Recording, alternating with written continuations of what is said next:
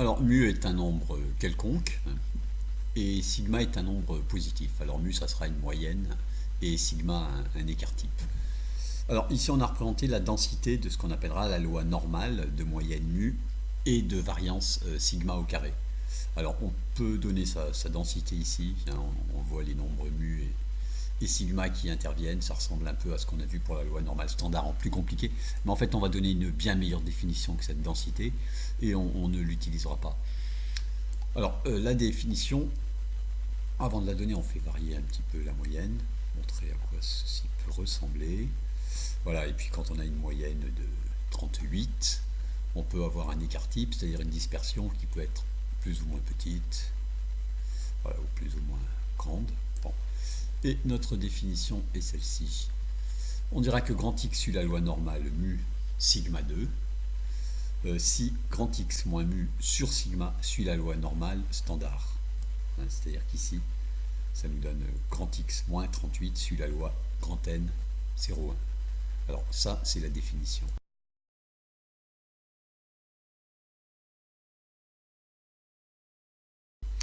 Un point important, si grand X suit la loi N mu sigma 2, alors son espérance est mu et sa variance est sigma 2. C'est-à-dire que cette notation est vraiment bien faite. Alors, on regarde d'abord une illustration de ce résultat qu'on ne va pas vraiment prouver. Si x moins mu sur sigma et z suit la loi normale standard, alors ça fait x moins mu égale sigma z, c'est-à-dire x égale sigma z plus mu. Alors à ce moment-là, on va utiliser des formules vues en première pour les variables discrètes. L'espérance de x, c'est sigma fois l'espérance de z plus mu. Mais l'espérance de z, la loi normale standard, c'est 0. Donc ça donne e de x égale mu, le premier résultat. Et le deuxième pour la variance, alors pensez à la formule vue en première pour la variance des lois discrètes, qui est encore valable ici. Mais conformément au programme, on n'utilise pas la densité. Bon, ça donnerait des calculs compliqués. Donc on regarde pour la variance de x, ça fait sigma carré la variance de z, comme pour les variables discrètes. Et le mu n'a aucun rôle ici. Ajouter mu ne change rien à la variance. Et la variance de z, la loi normale standard, c'est 1. Donc on a bien v de grand X égale sigma 2.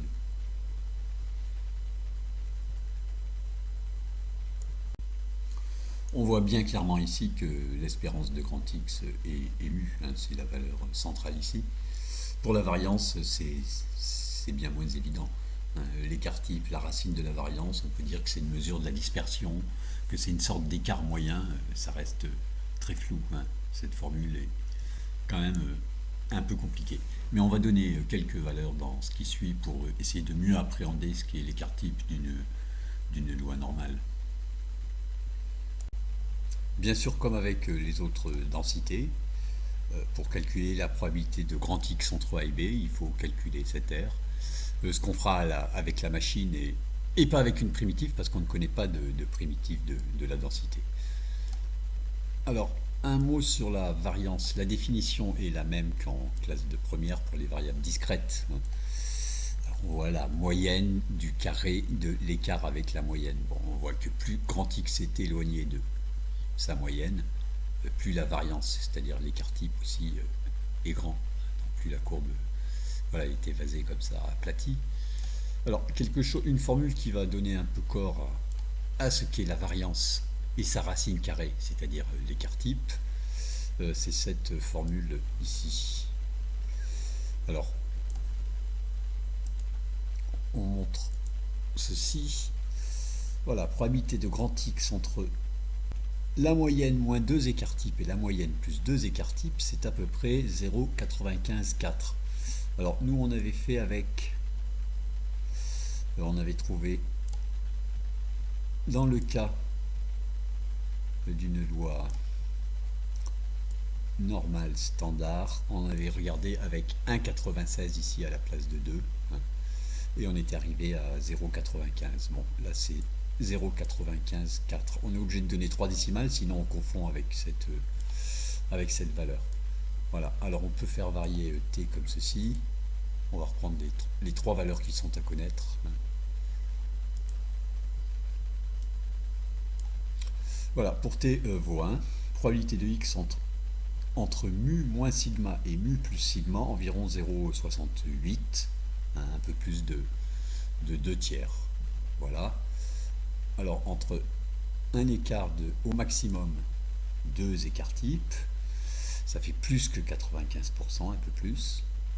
Et 3 écarts types, ça fait la quasi-totalité, c'est 99,7%. Bon, on voit bien un peu mieux ce que représente l'écart type ici.